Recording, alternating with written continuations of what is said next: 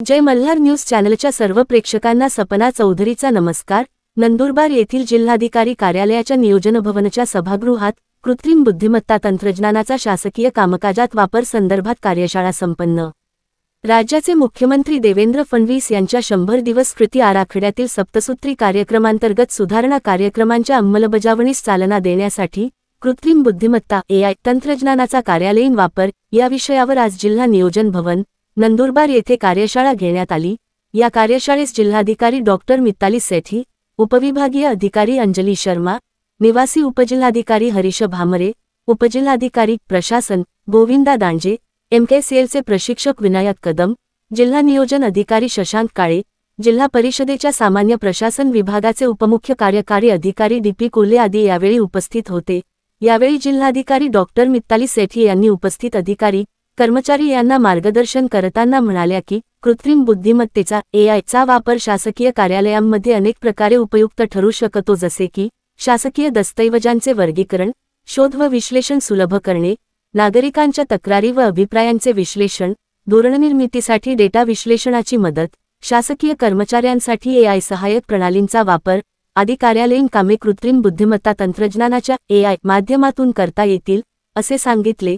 या कार्यशाळेस पुणे येथील MKCLचे प्रशिक्षक विनायक कदम यांनी AI म्हणजे काय, त्याचे प्रकार, तंत्रज्ञानामधील मुख्य संकल्पना, उपयोग, फायदे याबाबत सविस्तर माहिती देऊन प्रत्यक्ष वापराबाबत प्रात्यक्षिक दाखवून शासकीय कार्यालयात AI वापराचा फायदे, या तंत्रज्ञानाच्या सहाय्याने शासकीय कामकाज अधिक परिणामकारक, पारदर्शक व लोकाभिमुख कसे होऊ शकते याबाबत वेगवेगळी उदाहरणे तसेच MS ऑफिस 365 वापराचे फायदे याबाबतची माहिती PPT द्वारे सर्व शासकीय अधिकारी कर्मचारी यांना यावेळी त्यांनी दिली।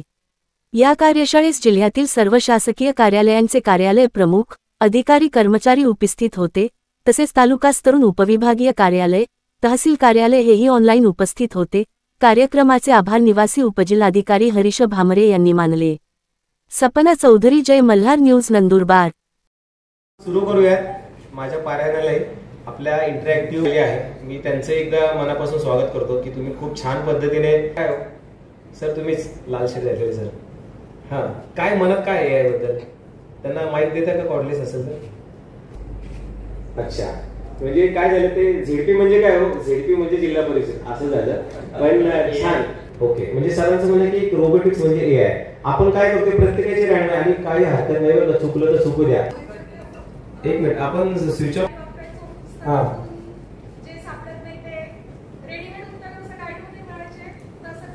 रेडीमेड उत्तर देणार काहीतरी असं म्हणजे AI, ठीक आहे आलं लक्षात आलं। याबद्दल ऐकलं असेल काय AI म्हणजे काय, इंटेलिजन्सला पॉसिबल होता, आता ते टेक्नॉलॉजीद्वारे आपल्याला पॉसिबल आहे। तर त्याच्यात सगळंच आलं, आपण जे पण काय विचार करू शकतो त्याच्यात लँग्वेजचं आलं, त्याच्यानंतर मॅथमॅटिक्सचं आलं, त्याच्यानंतर बाकी जितके पण सब्जेक्ट्स आपण विचार करू शकतो त्याचा इंटेलिजन्स हा आता टेक्नॉलॉजीकडे किंवा आपण म्हणतो कम्प्युटर्सकडे आलेला आहे, तर त्याला AI ग्रेट। त्याच्याबद्दल काहीच माहित नाही का अजून? हां म्हणजे तर्क आहे, लॉजिक आहे, लॉजिकला मानवीपेक्षा जास्त प्रमाणामध्ये कमांड्स देणं आणि त्यांच्या मानवी बुद्धिमत्तेला त्याच्या क्षमतेपेक्षा जास्त कमांड्स देणं आणि काम करून घेणं म्हणजे आपल्याला अपेक्षित प्रणाली आहे, ठीक आहे। संगणक किंवा मशीन काय करतं, निर्णय घेतं, निर्णय घ्यायला मदत करतं, चुका सुधारतं आणि काहीतरी शिकत जातं, ते म्हणजे AI आहे। दुसरी गोष्ट आपण सगळे अनुभवातून शिकत जातो की नाही, तसं तोही त्याला दिलेल्या डेटावरून शिकत जातो। दुसरी गोष्ट AI काही फक्त प्रोग्रामिंग केलेलं नसतं, तर त्याला शिकवलं गेलेलं असतं। आता जर आपण काढलं ना सर, म्हणजे AI चा जन्म झाला सर, ते पालक आहात, सुज्ञान पालक आहात, त्या AI ला चांगलं वळण लावायचं तुमच्या हातात आहे। उद्या असं नको व्हायला सगळ्या अधिकाऱ्यांना माहिती आहे रिक्त पदं काय भरली जात नाही, एकमुखी सगळ्यांनी त्याला शिकवायला सुरुवात केली।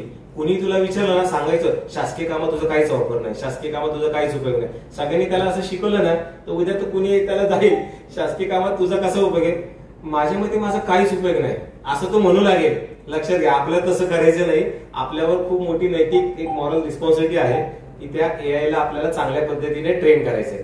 तुम्ही सगळे त्याला ट्रेन करताय, जगभरात लोक त्याला ट्रेन करतात आणि तो तुम्ही जसं सांगता तसं शिकत जातोय। तुम्ही जितके त्याच्याकडे चांगली कामं करून घ्याल तितका तो तुम्हाला अजून चांगली कामं करायला मदत करणार आहे, ठीक आहे। मशीन लर्निंग ऐकलं असेल तुम्ही, डीप लर्निंग ऐकलं असेल, त्यानंतर नॅचरल लँग्वेज प्रोसेसिंग ऐकलं असेल. या सगळ्या त्याच्या वेगवेगळ्या ब्रांचेस आहेत. तो कम्प्युटर जो आहे तो AI वापरून तुमची भाषा समजू शकतो, तुमची चित्र ओळखू शकतो, अशा खूप गोष्टी करू शकतो, निर्णय घ्यायला मदत करू शकतो. आणि कुणीतरी मगाशी बोलले रोबोट, तर रोबोट म्हणजे फक्त AI नसतं बरं का, रोबोट हे हार्डवेअर आहे. तुम्ही सोफिया रोबोट बघितलं कधी दुबईचा, ती माणसासारखी दिसणारी बाई सोफिया, ती बोलती बघा छान. किती जणांनी सोफिया रोबोट बघितलाय? तर सोफिया रोबोट म्हणजे AI नव्हे, ते हार्डवेअर आहे. त्याचा आज जो इंटेलिजन्स, जे प्रोग्रामिंग केलेलं आहे ते AI आहे. आणि सगळ्यात महत्वाचं म्हणजे सर तो सतत शिकत जातो बरं का. तो असं कुठे म्हणत नाही आता माझी सेवेमध्ये, महसूल सेवेत 10 वर्ष झाली बरं का, आता मला एवढंच येतं, मला काय हे येत नाही ते येत नाही, असं काय म्हणत नाही. तो सतत शिकत जातो आणि तो सतत अचूक होत जातो. नाही हो मला एवढंच येतं, मला नाही जमत होते सर, ते दुसऱ्याला सांगा पीपीटी करायला, मला कधी पीपीटी बघितलीच नाही, असं तो म्हणत नाही. तो शिकायची तयारी ठेवतो. ही एक सुंदर आहे. तुम्हाला लक्षात येते का सगळं AI बद्दल? हे मी का बोलतोय, कारण सर आम्ही आता पुढच्या 2 तासामध्ये AI नावाचा एक नवीन मित्र आमच्या महसूल शाखेला जोडणार आहे. आणि त्याच्याशी जर मैत्री करायची असेल तर त्याच्याशी थोडं जाणून घेतलं पाहिजे ना. तुम्ही असंच कुणाशी लगेच मैत्री करता नाही ना, तसं आहे. मग आता माणसाचा स्वभाव तुम्हाला माहिती आहे. माणूस पहिला गुहेत राहायचा, माकडापासून मानव झाला, तो पार 50 वर्षापूर्वी चंद्रावर सुद्धा जाऊन आला बरोबर. माणसाची एक स्थायी प्रवृत्ती आहे, तो सतत काही ना काहीतरी शिकत जातो सर. इतका चिकित्सक आहे, इतका तो भन्नाट आहे, एक सामाजिक प्राणी, सतत काहीतरी. कृपया विनंती आहे आपल्या ऑनलाईन असलेल्या सर्व तहसील कार्यालयांना की आपण म्यूट करावं. सर्व अधिकारी इथे बसलेले आहेत आणि आपला सगळा आवाज इथे येतो. प्लीज आपल्याला विनंती आहे आपण म्यूट करावं. तर त्यांनी काय झालं की माणूस हा सतत, म्हणजे सर काय AI म्हणजे असं नाहीये मॅम की 100 डेजचा प्रोग्राम लॉन्च झाला म्हणून AI आलं काल परवा. It is not like that. हा AIचा एक चांगला इतिहास आहे. AI अनेक वर्षापासून लोक त्याच्यावर संशोधन करतात. 1956 ला तिथपासून त्याचं एक खऱ्या अर्थाने आपण म्हणतो ना की त्याचं एक कन्सेप्च्युलायझेशन सुरू झालं. ते अगदी 2012 ला, दरवाजा लावला तरी चालेल, 2012 ला काय झालं की फेस डिटेक्शन असेल, व्हॉइस असिस्टंट असेल किंवा ड्रायव्हरलेस कार असतील, या सगळ्यांमध्ये सुद्धा AIचा वापर सुरू झाला. मग तुम्ही म्हणताल हे AIचं फूल भारतात कुठून आलं? जसं मी म्हटलं ना की 100 डेज आलं म्हणून आलं नाही, ते भारतात कुठून आलं? तर सीडॅकने 1986 साली बऱ्यापैकी त्याची सुरुवात केली त्या कन्सेप्टची. आणि 2018 ला आपलं नीती आयोगाचं एक धोरण आलं, राष्ट्रीय धोरण आलं AI बद्दलचं. आणि त्याच्यानंतर 2020 मध्ये जेव्हा कोविड आला, कोविड पॅन्डेमिक मध्ये तर लोकांनी अक्षरशः त्याचा भरमसाठ वापर करायला सुरुवात केली. म्हणजे सांगायचा उद्देश असा आहे की AI हा काल परवा आलेला नाहीये, तो अनेक दिवसांपासून हा विषय धुमसतोय. तो आता फक्त इथपर्यंत आलाय, एवढंच या मिशनच्या माध्यमातून. तर मग माझे परत सगळ्यांना एक प्रश्न आहे, हा AI आहे, हा AI आपल्या जगण्याचा भाग झालाय का? प्रांत ऑफिस तहसील कार्यालयाला विनंती आहे आपण कृपया म्यूट करावं, खूप डिस्टर्ब होतो आणि लिंक तुटू शकते आणि मग अधिकाऱ्यांना सुद्धा डिस्टर्ब होऊ शकतं. आपण कृपया आपले माईक म्यूट ठेवावे. सर काय वाटतं तुम्हाला, AI तुमच्या जगण्याचा भाग आहे? सर हा तुम्हीच आहे, कसं काय सर? एक नागरिक म्हणून बरं का, कुठं संबंध येतो तुमचा AI शी? माझा तर बातमी बनवण्यासाठी वगैरे काम आहे. अच्छा, तुम्ही बातमी बनवण्यासाठी तुमच्या बाय प्रोफेशन आहात किंवा. सर तुम्हाला काय वाटतं AIचा तुमचे संबंध आहे? सर मागचे सर, हा तुम्ही सर, तुम्ही तुमच्या शेजारचे, हा तुम्ही असा हात केलेले सर, हा तुम्ही. बोला मोठ्याने बोला, काय संबंध वाटतो AIचा? नातं आहे त्याच्याशी काय तुमचं एक नागरिक म्हणून? हा अजून तरी नाही आला. ग्रेट. ठीक आहे हरकत नाही. ते काळा शर्ट घातलेले सर तुम्हीच हा, तुमचा संबंध आलाय का? तुमचं काही नातं आहे? तुम्ही सर म्हणजे तो तुमचा मोठा भाऊ आहे का, चुलत भाऊ आहे का, मेहना आहे, साडू आहे, काहीतरी नातं असेल तुमचं AIशी? काहीच नाही, एकदम प्लेन. ओके. बळीराम सर तुमचं कशाशी? नागरिक म्हणून ChatGPT वापरता तुम्ही? कदाचित मुलांचा अभ्यास घ्यायला वापरत असतात बरोबर. ते मागचे सर मरून कलरचे शर्ट घातलेले तुम्ही सर, हा तुम्हीच चष्मा असलेले सर, हा सर. काय संबंध आहे का AIशी? कसं काय लॉयर? तुम्ही लॉयर आहात? अरे वा, एकदा जोरदार टाळ्या वाजव, छान उत्तर होतं. म्हणजे त्यांचा संबंध येतो कुठेतरी. करेक्ट. आपण ते हळूहळू बघणार आहे. म्हणजे थोडक्यात काय, तुम्ही किती नाकारो मैम, हर एक का अपने लाइफ के साथ उसका कनेक्शन कुछ ना कुछ तो है. तुम्ही गुगलवर काहीतरी शोधता, सगळे गुगल वापरतात.